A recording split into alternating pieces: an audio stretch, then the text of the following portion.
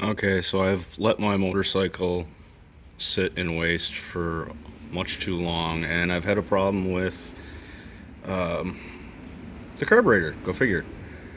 In rebuilding it, I discovered a few things that may help other people out. I'm not sure. I'm trying to get this in one video. When you're cleaning this thing out, make sure that you take the accelerator pump nozzle out.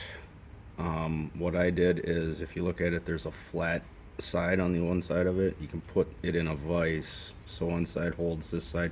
You don't want to crush the tube too hard. Just want to hold it just so it holds it in place, and then you just grab the housing and just wiggle it and slowly pry up on it. It'll come out. The importance of taking this accelerator nozzle out is underneath here. If you are not aware, there is a seat. Just like the seat on your float, there's a miniature version of that that actually sits down in this housing down here. And so what I had to do is I had to take this nozzle out, and actually I have discovered my new best friend is a sewing needle, very small sewing needle, and so small I can't even see it.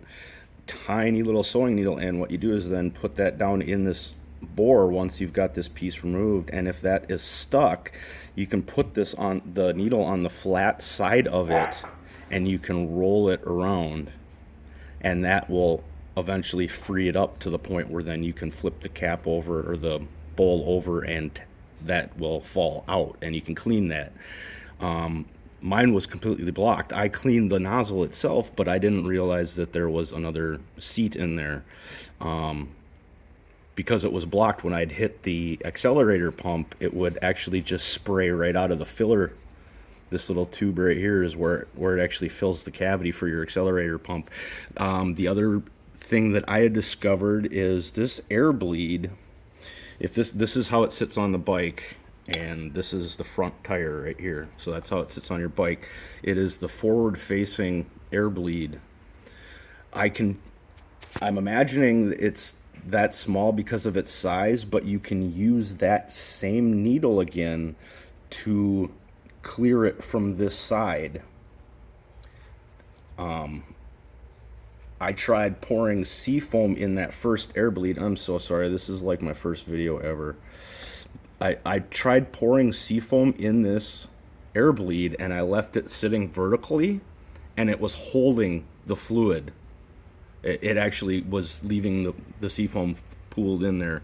And so, like I said, I took my new best friend for carb cleaning is this needle, and I just slowly worked it in there. Be careful because it's brass. You don't want to make it bigger. Well, maybe you do. But that can be plugged as well. And that is the reason I got everything else fixed except for that air bleed. I got it running, got it tuned pretty good, but anytime I hit the throttle, it would cough and stumble out. So hopefully this helps you out.